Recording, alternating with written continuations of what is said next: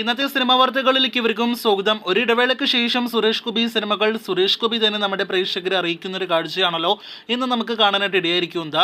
ലോക്സഭാ തെരഞ്ഞെടുപ്പിലെ മിന്നും വിജയത്തോടെ തൃശ്ശൂരിൽ നിന്നും എം ആയി മാറിയ സുരേഷ് ഗോപി ഇനി സിനിമയിൽ അങ്ങോട്ട് സജീവമാകുമോ അതല്ലെങ്കിൽ സജീവ രാഷ്ട്രീയത്തിലേക്കാണോ സുരേഷ് ഗോപി മുന്നോട്ട് ഇറങ്ങുക എന്നൊരു ചോദ്യത്തിന് ഇപ്പോഴത്തെ വ്യക്തമായ ഉത്തരം സുരേഷ് ഗോപി തന്നെ നൽകിയിരിക്കുകയാണ്.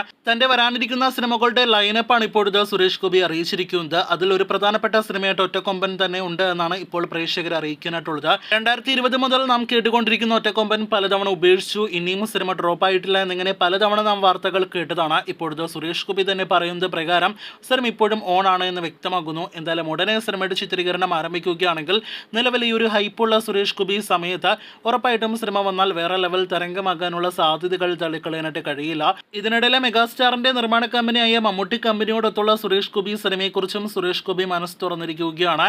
ഈ ഓഗസ്റ്റ് മാസത്തിലേക്കാണ് താൻ ഡേറ്റ് നൽകിയിരിക്കുന്നത്. മമ്മൂട്ടി കമ്പനിയോടൊത്തുള്ള സിനിമയായിരിക്കും അത് എന്നാണ് സുരേഷ് ഗോപി പറഞ്ഞിരിക്കുന്നത്.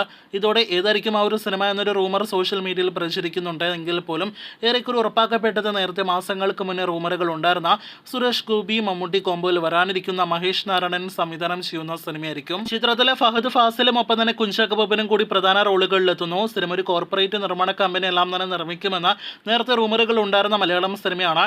എന്നാൽ ഇപ്പോഴത്തെ മമ്മൂട്ടി കമ്പനി സിനിമ ഏറ്റെടുത്തു എന്നാണ് ഏറ്റവും അവസാനം സുരേഷ് ഗോപിയുടെ വാക്കുകളിൽ നിന്ന് നാം മനസ്സിലാക്കുന്നത്. നേരത്തെ ഒരു ഘട്ടത്തിൽ മഹേഷ് നാരായണൻ സിനിമയിൽ കമലഹാസൻ കൂടി ഒരു പ്രധാനപ്പെട്ട റോളിലെത്തുന്നു എന്ന റിപ്പോർട്ടുകൾ ഉണ്ടായിരുന്നു. ഇപ്പോഴത്തെ കമലഹാസന് പകരമാണ് സുരേഷ് ഗോപി സിനിമയിൽ അഭിനയിക്കുക എന്നും റൂമറുകളുണ്ട്. എന്തായാലും കൂടുതൽ സിനിമയുടെ അപ്ഡേറ്റുകൾ കേട്ട് കാത്തിരിക്കൂ. ഈ പറഞ്ഞ 2 സിനിമകളല്ലാതെ ഗോകുല മൂവീസിന്റെ 3 സിനിമകളാണ് സുരേഷ് ഗോപിയോടൊത്ത് വരാനിരിക്കുന്നത് എന്നാണ് സുരേഷ് ഗോപി തന്നെ ഇന്ന് വാർത്താ മാധ്യമത്തിൽ അറിയിച്ചിരിക്കുന്നത്. ഇതിൽ ഒരു സിനിമ വമ്പൻ ബഡ്ജറ്റിൽ വരാനിരിക്കുന്ന ഗോകുല മൂവീസിന്റെ സിനിമയായിരിക്കുമെന്ന് ഉറപ്പാക്കപ്പെട്ടിരിക്കുകയാണ്.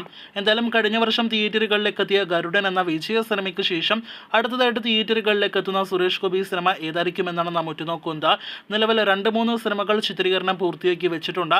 എന്തായാലും സുരേഷ് ഗോപി സിനിമകളുടെ റിലീസുകൾ കേട്ട് കാത്തിരിക്കൂ. കൂടുതൽ ഇതുപോലുള്ള സുരേഷ് ഗോപി സിനിമകളുടെ അപ്ഡേറ്റുകൾ കേട്ടാം.